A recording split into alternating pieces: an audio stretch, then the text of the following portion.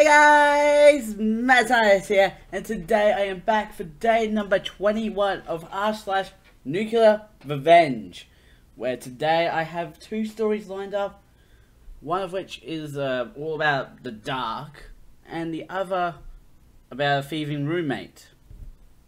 Let's start off with the thieving roommate. Thieving roommate gets what's coming to him.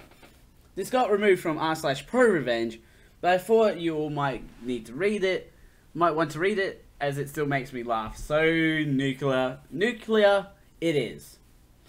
So many years ago, while still a teen, I moved out of my parents' place to live across the street from my junior college. There were many students in the building, so I rented a room in a large basement 3-bedroom unit that was reserved for students at the school. I didn't really know anyone in the building, as it was on the other side of the city from where I grew up. At the time, there was one other roommate already living in the unit, who we'll call Sean. That is what it would be pronounced like, right? To be kind, Sean was a short, fat putz. Older than myself by a few years, he was in some kind of simplified remedial program, as he failed a couple of school years and mentioned how this was his last chance to make something of himself in his parents' eyes. Kinda dim, not too much going on in his life, but harmless, or so I thought. Anyways, I was hoping to start things off on the right foot with him, as he was to be my roommate, so I wanted to be friends. As I was moving in my stuff, he mentioned how he had no money for a moving van, so I offered to do a trip with my rented van to his parents if he needed any help moving some stuff of his. He happily accepted. So we drive to his parents, where I meet his mother and discover that he's from a somewhat affluent family. Somewhat surprising considering he's too broke to hire a van. But whatever. A couple of days later I meet his nice girlfriend who lived up the hill from our apartment. Translation, she was extremely affluent. This girlfriend would dote on him, visiting him a lot at our place, to the point where she would regularly deliver him delicious meals that had been prepared at her house. This will be important later. Anyways, it slowly becomes apparent that this unassuming guy has a dishonest streak. While moving my stuff in, I'd mentioned I had a spare waterbed. He immediately offered to buy it, so I moved it in myself and set it up with the agreement that he paid me a friend price, around $200 for a $700 bed. Weeks pass and he keeps giving me excuses about not paying whenever the subject comes up. He then started to randomly shift the narrative to a story about how his wealthy parents can pay for us to get a great condo in a new development just up the street. I remember wondering why his parents would make such an offer despite the fact we've just moved into our current apartment. The story didn't make sense. Nevertheless, he constantly tried to set up some visit with me and get me involved. And I wasn't really interested in moving again at that point, so I never really pursued it. I learned later that this was not only a lie, but a typical ploy of his. Anyways, as I just moved out of my old neighborhood, I hadn't opened up a new bank account. This was before internet banking in this new part of town. So I was keeping my money, a couple hundred, hidden in my room until I set up an account nearby. I was only loosely keeping track of this money, and barely noticed how my money was going a little quickly, until one day I go to get my last 40, and it's gone. Unfortunately, by the point, a third roommate had moved into our flat, a cool hippie dude from Maritimes. So, although I was convinced it was Sean that had robbed me, I wasn't 100% sure. To resolve things as amicably as possible, I decided to give him a chance to come clean. So one night I asked him point blank, fairly casually, if he had taken my money, as I noticed a small amount was missing. I'll never forget his reaction. He immediately stiffened, his eyes glazed over, and he blurted out, "I didn't take anything, it wasn't me," and just stared at me.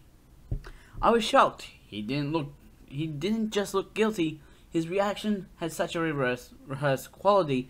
I could tell he had been accused of similar things many times before. I tried my best to be calm, smile and act as if I believed him, but inside I was livid. I couldn't stop thinking about how this guy was trying to play me like a fool. I realized that although I knew it was him, I couldn't do anything about it as I had no proof. By this point, I felt sick to be living in the same space as this guy. I realized to get out of this situation and deal with this jerk appropriately, I would have to lay a trap to make sure he didn't suspect anything. The next day, I was all smiles, playing dumb, exclaimed loudly how I hope I don't lose my money again. I just got paid, and leave the apartment. Before I left, I made sure to leave my video camera filming my room. This was so long ago. It was a few jars VHS tape camera that I had to hide on my bed under pillows and shit. But it still worked like a charm. I came back, replayed the tape, and 16 minutes in, I see that motherfucker going through my short. I tell you, I went cold as ice seeing Sean casually rifle through my things. My suspicions confirmed. I had to cool off with my friends across town over some beers. When I finally told them what was happening, they started pulling out bats, hockey sticks, and suggesting we go pay Sean a visit. As tempting as this was, I was now in college and didn't want to resort to messy violence. So instead, I plotted my revenge. First thing I did was to make sure my cool hippie third roommate was in the loop. Not having had a lot of time to get to know him, I asked him his thoughts on retribution and if he agreed with an eye for an eye. Confident we were on the same page, I showed him the video. He freaks out over having a thief for a roommate, but I assured him just to be cool, because some things are going to happen to Sean real soon. Then I went to stay at my parents' house and waited until that Thursday. You see, Sean liked to talk a lot. Turns out his rich parents had actually kicked him out of the house. The fact he actually found an apartment and gone back to school was a big success for him. On Thursday, he'd be out of the apartment as his parents were having a big congratulatory dinner for him at their place. So I waited until I knew the dinner was underway, then called his house to speak to his mother. Crazy thing is, both he and his sister pick up the phone at the same time. So while his sister goes to get his mum on the line, he's asked me loudly, "Why are you calling my mother?" repeatedly. And his mother gets on, and while Sean's screaming at his mother to hang up, I state calmly, "I'm sorry to disturb you, but I have reason to believe your son has stolen from me." Suddenly, there's dead silence. After almost a minute, she replies, "Take it up with Sean," and just hangs up. What the fuck? I don't know what reaction I expected, but it wasn't that. Anyways, now with just Sean on the line, I tell him the jig is up. I have him on tape, and I want my money back. He replies, "You have nothing on me. Fuck you." At this point, I realize he's right.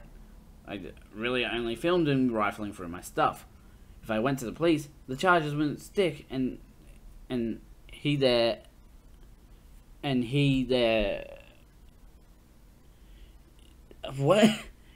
was a good chance he knew it. And there was a good chance he knew it.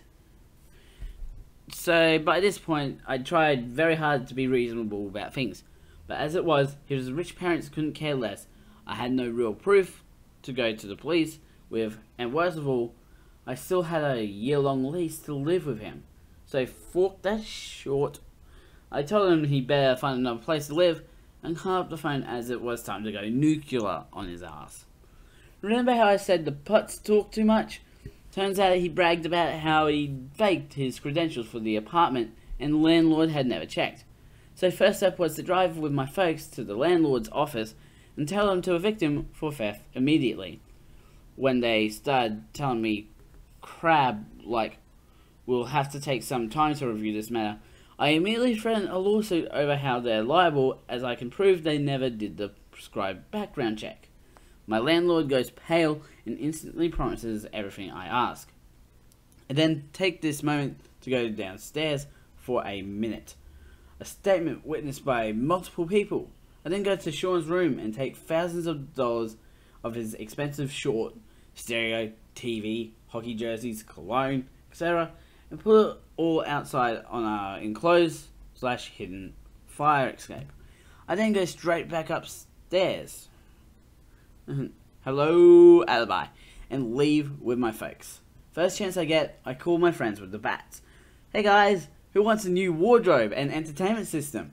I give them the instructions on how to find all Sean's stuff hidden in the unused back alley, and chill with parents for the next 3 to 4 days. Upon my return to apartment, I am greeted with awe by a highly entertained hippie roommate who gave me the play-by-play of went down in my absence. Apparently, Sean returned from his dinner to an empty room void of any of his possessions, causing him to rampage through the apartment and curse my name. When Hippie incidentally asks, "What's wrong, Sean?" he tells him that I stole all his stuff, for that his dad would get it back for him. As if. LOL. The next morning, his alarm clock was the landlord walking into his room and showing it to a potential tenant, while informing him that he was evicted immediately. He would later be dumped by his rich girlfriend, who was buying his groceries. You haven't changed, Sean. Again with the lying and cheating, and disowned very publicly by his well-to-do dad. Indeed, his dad had come to the apartment only to tell Sean he was worthless and that, despite his crying and begging, he could not live back at the house. Desperate, Sean followed his dad outside and jumped on the hood of the car, pleading to go home. The dad had to drive to a nearby police station to have him removed. The last thing I heard, he was broke, dropped out of school, dumped by a GF, camping in a friend's backyard in a tent in Canada in November. TLDR, roommate who I was nice to betrays my trust by lying and stealing from me, so I basically destroy his life at most $120 CAD.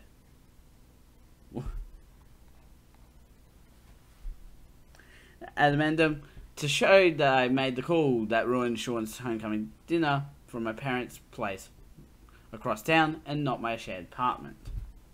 Okay. Like, it is dumb how you build a trust with a person, you're nice to them and all that, and then they turn around and steal right from you. It's just like, what the hell is wrong with you, buddy? You're stealing right from me, right in front of me. Why would you do that?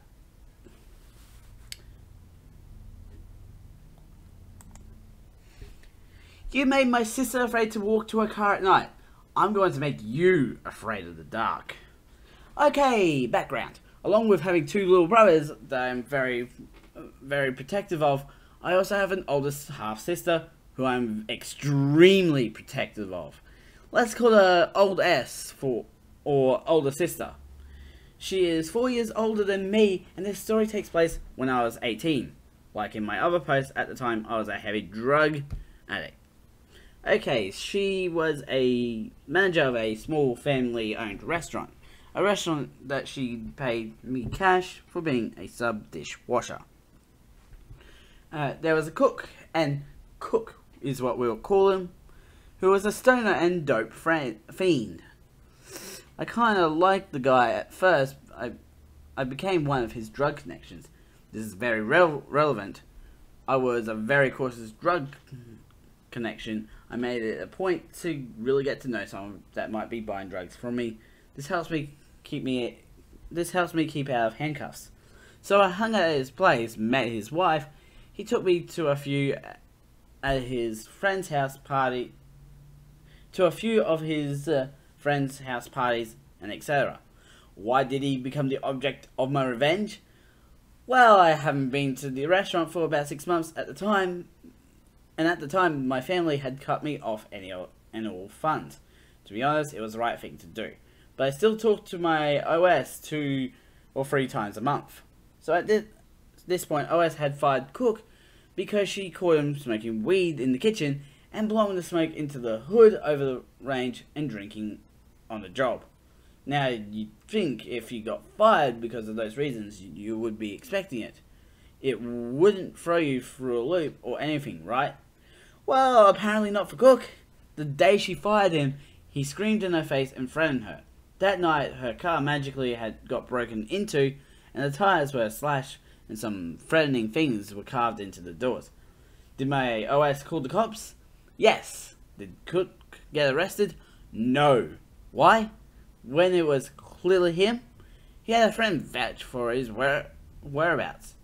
So OS tells me the whole story crying and was worried about her for her safety when she had to close the restaurant at 2 AM. Time for my nuclear revenge. I wanted Cook to wish he'd never been born. So my plan was to wreck his whole life. First, his ride. I paid the Cook's car a visit, slashed his tires in a way that would break both his axles, and topped his gas tank off with diesel. Second, his new job. Cook had got a job working at a pizza place, a place that I knew most of the employees, seeing as it was on the same street as my OS's restaurant is. So I called some of them and told them what he had done to OS. I didn't want him to get fired because I liked knowing where he was. They just made his life hell at that place until he was bullied out of there. This took a while. Third, his drugs. Now, he was a big dope fiend, and I was an even bigger dope fiend, and I knew all his connections and stopped all sales to him very easily by saying that he was in fact a snitch. If you know anything about dope fiends and dope dealers, they are hyper paranoid, and that's all it took. Fourth, his home life. That was easy. All it took was a pretty girl at a house party and a camera. His wife kicked his dumb ass out. Lol. Fifth, last but not least, letting him know that it was all me and to get the fork gone out of my area, and some assault. Can't help it. I let Cook know that I had some amazing dope for cheap. Meet me at location at time. He got jumped and robbed and told to get out of town before it gets even worse. I never saw him again. Okay, but so at the meetup, he was greeted by a few people who I was sure that he didn't know he got surrounded and ended up with a broken nose, black eyes, shattered eardrum, a specialty of mine, in the right ear, and a few other issues that would be a little bit too much to divulge. And then I got up and gave him the marching orders. And then I showed up and gave him the marching orders. Damn! A lot of people getting jumped.